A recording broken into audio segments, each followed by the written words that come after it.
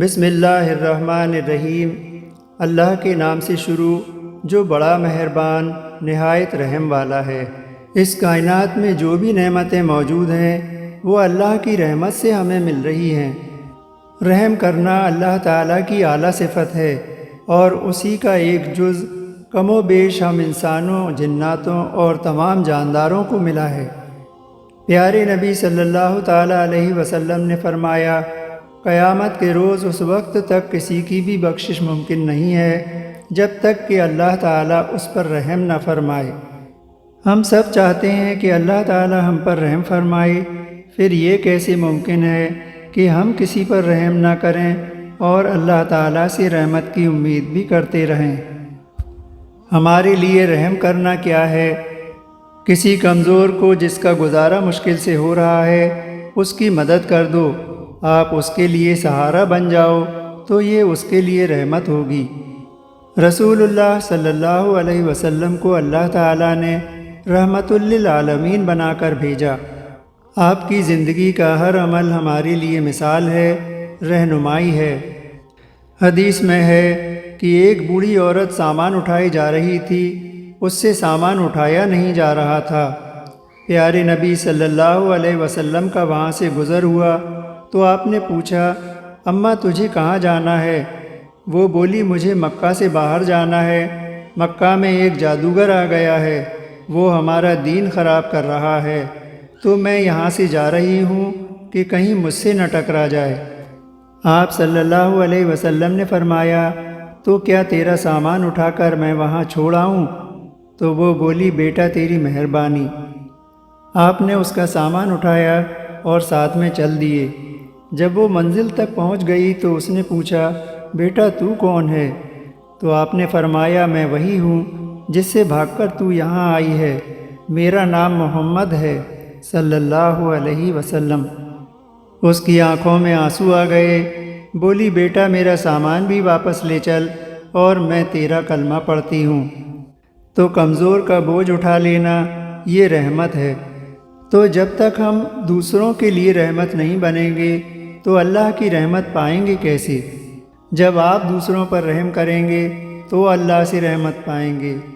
تو ہمیں اپنے عزیز و اقارب کے لیے، رشتہ داروں کے لیے، سماج کے غریب لاچاروں کے لیے، تمام جانداروں کے لیے رحمت بننا ہے۔ ایک حکایت ہے، سردی کی رات میں جب لوگ گرم بستر میں سو رہے تھے، ایک شخص اٹھا، وضو کیا اور تہجد کی نماز میں مشغول ہو گیا۔ جب وہ نماز سے فارغ ہوا تو اس نے دیکھا کہ تیز سردی سے بچنے کے لیے ایک بلی آ کر اس کے بستر میں سو رہی ہے۔ اسے اس بلی پر رحم آ گیا۔ اس کا دل نہیں مانا کہ بلی کو ہٹا کر خود گرم بستر میں سو جائے، لہٰذا اس نے باقی رات بھی اللہ کی عبادت میں گزار دی۔ اللہ تعالیٰ کو اس کی یہ رحم دلی اتنی پسند آئی کہ اسے بخش دیا اور اپنے مقرب بندوں میں شامل کر لیا۔ میرے عزیزو، لوگوں کے ساتھ صلہ رحمی کرتے رہیے، نہ معلوم کون سی نیکی اللہ تعالیٰ کو پسند آ جائے اور ہماری بخشش آسان ہو جائے۔ کسی دیندار کی یا پردہ نشین بیوہ خاتون کی ہر مہینے اتنی مدد کر دینا کہ انہیں کسی کے آگے ہاتھ نہ پھیلانا پڑے تو یہ بہتر عمل ہے، کیونکہ اللہ تعالیٰ کو ہر وہ نیک عمل پسند ہے جو لگاتار کیا جائے، پھر چاہے وہ تھوڑا ہی کیوں نہ ہو۔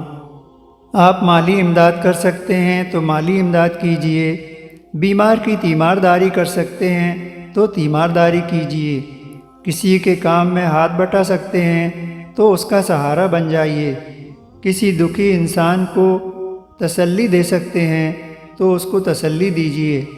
آپ کو اللہ تعالیٰ نے علم دیا ہے تو اپنے ساتھ اوروں کی بھی اصلاح کیجیے، ہر ایک کے ساتھ نرمی اور مہربانی کا معاملہ کیجیے۔